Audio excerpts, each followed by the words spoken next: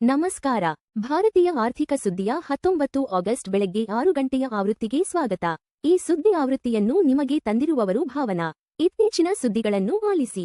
ಸೆನ್ಸೆಕ್ಸ್ 77,235.46, 493 ಪಿಟಿಎಸ್, 0.63% ಕುಸಿದಿದೆ. ಅತಿ ಹೆಚ್ಚು ಲಾಭ. ಆಕ್ಸಿಸ್ ಬ್ಯಾಂಕ್ 1.28% ಏರಿಕೆಯಾಗಿದೆ. ಅತಿ ಹೆಚ್ಚು ನಷ್ಟ. ಏಷ್ಯನ್ ಪೇಂಟ್ಸ್ 2.20% ಕುಸಿದಿದೆ. ನಿಫ್ಟಿ 50 ಇಂದು 24,154.900.55% ಆಗಿದೆ. -0.55% ಕುಸಿದಿದೆ. ಎನ್ಎಸ್ಇಯ ಅಗ್ರ 50 ಕಂಪನಿಗಳನ್ನು ಟ್ರ್ಯಾಕ್ ಮಾಡುತ್ತದೆ. ನಿನ್ನೆ ಸೆನ್ಸೆಕ್ಸ್ ಮತ್ತು ನಿಫ್ಟಿ ಕುಸಿತದೊಂದಿಗೆ ಭಾರತೀಯ ಮಾರುಕಟ್ಟೆಗಳು ಮುಕ್ತಾಯಗೊಂಡವು. ಹಿಂದಿನ ವಹಿವಾಟಿನಲ್ಲಿ ಬಿಎಸ್ಇ ಸೆನ್ಸೆಕ್ಸ್ ,0.63% ಕುಸಿದು 77,235.46ಕ್ಕೆ ಕೊನೆಗೊಂಡಿತು. ಎನ್ಎಸ್ಇ ನಿಫ್ಟಿ 50 ಕೂಡ ,0.55% ಕುಸಿದು 24,154.90 ಪಾಯಿಂಟ್ಗಳಲ್ಲಿ ಮುಕ್ತಾಯಗೊಂಡಿತು. ರಿನ್ಯೂ ಕಂಪನಿಯ ಮೊದಲ ತ್ರೈಮಾಸಿಕ ನಿವ್ವಳ ಲಾಭ ,16% ಹೆಚ್ಚಳ. ನವೀಕರಿಸಬಹುದಾದ ಇಂಧನ ಸಂಸ್ಥೆ ರಿನ್ಯೂ ತನ್ನ ಮೊದಲ ತ್ರೈಮಾಸಿಕ ನಿವ್ವಳ ಲಾಭದಲ್ಲಿ ,16% ಏರಿಕೆ ಕಂಡು ₹595 ಕೋಟಿಗೆ ತಲುಪಿದೆ ಎಂದು ವರದಿ ಮಾಡಿದೆ. ಇದೇ ಅವಧಿಯಲ್ಲಿ ಕಂಪನಿಯ ಆದಾಯವು ,16% ಹೆಚ್ಚಾಗಿದೆ. ಭಾರತದ ಜಿಡಿಪಿ ಬೆಳವಣಿಗೆಯ ಅಂದಾಜನ್ನು ,6.8ಕ್ಕೆ ಹೆಚ್ಚಿಸಿದ ಇಂಡಿಯಾ ರೇಟಿಂಗ್ಸ್ ಅಂಡ್ ರಿಸರ್ಚ್ ಸಂಸ್ಥೆಯು ಭಾರತದ ಆರ್ಥಿಕ ಬೆಳವಣಿಗೆಯ ಮುನ್ಸೂಚನೆಯನ್ನು ,6.8ಕ್ಕೆ ಹೆಚ್ಚಿಸಿದೆ. ಜಾಗತಿಕ ಹಣದುಬ್ಬರ ಮತ್ತು ಭೌಗೋಳಿಕ ರಾಜಕೀಯ ಉದ್ವಿಗ್ನತೆಗಳ ಹೊರತಾಗಿಯೂ ಈ ಪರಿಷ್ಕರಣೆ ಮಾಡಲಾಗಿದೆ. ಯುವಕರೊಂದಿಗೆ ಬಾಂಧವ್ಯ ಬೆಳೆಸಲು ಸರ್ಕಾರಿ ಬ್ಯಾಂಕುಗಳಿಗೆ ಹಣಕಾಸು ಸಚಿವೆ ನಿರ್ಮಲಾ ಸೀತಾರಾಮನ್ ಕರೆ. ಆದ್ಯತಾ ವಲಯದ ಸಾಲ ನೀಡಿಕೆಯನ್ನು ಬಲಪಡಿಸಲು ಸಾರ್ವಜನಿಕ ವಲಯದ ಬ್ಯಾಂಕುಗಳಿಗೆ ಹಣಕಾಸು ಸಚಿವೆ ನಿರ್ಮಲಾ ಸೀತಾರಾಮನ್ ಸೂಚಿಸಿದ್ದಾರೆ. ಯುವಕರೊಂದಿಗೆ ಸಕ್ರಿಯ ಬಾಂಧವ್ಯವನ್ನು ಬೆಳೆಸಿಕೊಳ್ಳುವ ಅಗತ್ಯವನ್ನು ಅವರು ಒತ್ತಿ ಹೇಳಿದ್ದಾರೆ. ವಿದೇಶಿ ಹೂಡಿಕೆ ಮಿತಿಯನ್ನು ,49.5ಕ್ಕೆ ನಿಗದಿಪಡಿಸಿದ ಸ್ವಿಗ್ಗಿ ಷೇರುದಾರರು. ಸ್ವಿಗ್ಗಿ ಷೇರುದಾರರು ಕಂಪನಿಯ ಐಒಸಿಸಿ ಸ್ಥಿತಿಯನ್ನು ಅನುಮೋದಿಸಿದ್ದಾರೆ ಮತ್ತು ವಿದೇಶಿ ಮಾಲೀಕತ್ವವನ್ನು ,49.5ಕ್ಕೆ ಮಿತಿಗೊಳಿಸಿದ್ದಾರೆ. ಅವರು ಕಂಪನಿಯ ನಿಯಮಾವಳಿಗಳ ತಿದ್ದುಪಡಿಗಳಿಗೂ ಅನುಮೋದನೆ ನೀಡಿದ್ದಾರೆ. ನಿನ್ನೆ ಅಂತಾರಾಷ್ಟ್ರೀಯ ಮಾರುಕಟ್ಟೆಯಲ್ಲಿ ಚಿನ್ನ ಮತ್ತು ಬೆಳ್ಳಿ ಬೆಲೆಯಲ್ಲಿ ಕುಸಿತ.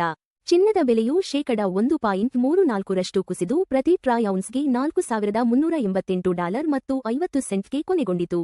ಬೆಳ್ಳಿಯ ಬೆಲೆಯು ,3.04% ಕುಸಿದು ಪ್ರತಿ ಟ್ರಾಯ್ ಔನ್ಸ್ಗೆ $63 ಮತ್ತು 32 ಸೆಂಟ್ಗೆ ಮುಕ್ತಾಯಗೊಂಡಿತು.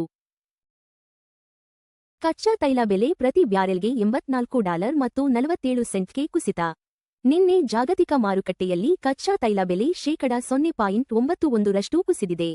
ಇದು ಪ್ರತಿ ಬ್ಯಾರೆಲ್ಗೆ $84 ಮತ್ತು 47 ಸೆಂಟ್ಗೆ ಮುಕ್ತಾಯಗೊಂಡಿತು. ಇಡಿಎಂಎಸ್ ಸಂಸ್ಥೆಯಲ್ಲಿ ,40% ಪಾಲನ್ನು ಖರೀದಿಸಲಿರುವ ಜುಬಿಲೆಂಟ್ ಇಂಗ್ರೆವಿಯಾ. ಇಡಿಎಂಎಸ್ ಸಂಸ್ಥೆಯಲ್ಲಿ ,40% ಪಾಲನ್ನು ಸ್ವಾಧೀನಪಡಿಸಿಕೊಳ್ಳುವುದಾಗಿ ಘೋಷಿಸಿದ ನಂತರ ಜುಬಿಲೆಂಟ್ ಇಂಗ್ರೆವಿಯಾ ಷೇರುಗಳು ಇಂದು ಗಮನ ಸೆಳೆಯಲಿವೆ. ಈ ಕ್ರಮವು ಹೂಡಿಕೆದಾರರಲ್ಲಿ ಹೆಚ್ಚಿನ ಆಸಕ್ತಿ ಮೂಡಿಸುವ ನಿರೀಕ್ಷೆಯಿದೆ. 12 ಟ್ರಾನ್ಸ್ಫಾರ್ಮರ್ಗಳಿಗಾಗಿ ₹194 ಕೋಟಿ ಮೌಲ್ಯದ ಆರ್ಡರ್ ಪಡೆದ ಅಟ್ಲಾಂಟಾ ಎಲೆಕ್ಟ್ರಿಕಲ್ಸ್. ಅಟ್ಲಾಂಟಾ ಎಲೆಕ್ಟ್ರಿಕಲ್ಸ್ ಸಂಸ್ಥೆಯು 12 ಹೆಚ್ಚಿನ ಸಾಮರ್ಥ್ಯದ ಟ್ರಾನ್ಸ್ಫಾರ್ಮರ್ಗಳಿಗಾಗಿ ಎಪಿಟ್ರಾನ್ಸ್ಕೋದಿಂದ ಪತ್ರವನ್ನು ಪಡೆದಿದೆ. ಈ ಆರ್ಡರ್ನ ಒಟ್ಟು ಮೌಲ್ಯ ₹194 ಕೋಟಿ ಆಗಿದೆ. ಭಾರತವು $50 ಬಿಲಿಯನ್ ಪಾವತಿ ಬಾಕಿ ಹೆಚ್ಚುವರಿಯನ್ನು ನಿರೀಕ್ಷಿಸುತ್ತಿದೆ ಎಂದ ಎಸ್ಬಿಐ. ಭಾರತದ ಪಾವತಿ ಬಾಕಿಯಲ್ಲಿ $50 ಬಿಲಿಯನ್ ಹೆಚ್ಚುವರಿಯನ್ನು ಎಸ್ಬಿಐ ರಿಸರ್ಚ್ ನಿರೀಕ್ಷಿಸಿದೆ. ಈಗಾಗಲೇ ಸುಮಾರು $57 ಬಿಲಿಯನ್ ಹರಿದು ಬಂದಿದ್ದು, ಮತ್ತೊಂದು $30 ಬಿಲಿಯನ್ ಹರಿದು ಬರುವ ನಿರೀಕ್ಷೆಯಿದೆ. ಎಫ್ಡಿ ಬಡ್ಡಿದರಗಳು ₹3 ಕೋಟಿಗಿಂತ ಕಡಿಮೆ. Kotak Mahindra bank 7.30%, bank of Baroda 7.15%, Punjab national bank 7.10%, HDFC bank 6.60%.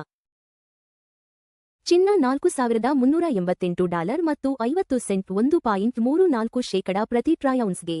ಅಂದಾಜು ಸಮ $1,34,981 ಪ್ರತಿ 10 ಗ್ರಾಂಗೆ.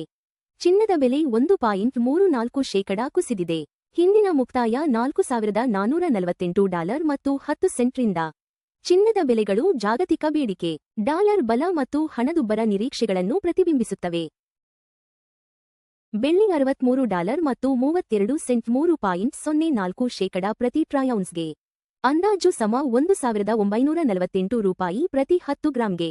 ಬೆಳ್ಳಿ ಬೆಲೆ 3.04% ಕುಸಿದಿದೆ. ಹಿಂದಿನ ಮುಕ್ತಾಯ $65 ಮತ್ತು 31 ಸೆಂಟ್ರಿಂದ. ಬೆಳ್ಳಿ ಬೆಲೆಗಳು ಕೈಗಾರಿಕಾ ಬೇಡಿಕೆ, ಸೌರಶಕ್ತಿ ಮತ್ತು ಕೇಂದ್ರ ಬ್ಯಾಂಕ್ ನೀತಿಗಳೊಂದಿಗೆ ಸಂಬಂಧ ಹೊಂದಿವೆ. WTI ಕಚ್ಚಾ ತೈಲ $84 ಮತ್ತು 47 ಸೆಂಟ್ 0.91% ಪ್ರತಿ ಬ್ಯಾರೆಲ್ಗೆ ವಹಿವಾಟು ನಡೆಸುತ್ತಿದೆ. ತೈಲ ಬೆಲೆ 0.91% ಕುಸಿದಿದೆ. ಹಿಂದಿನ ಮುಕ್ತಾಯ $85 ಮತ್ತು 25 ಸೆಂಟ್ರಿಂದ.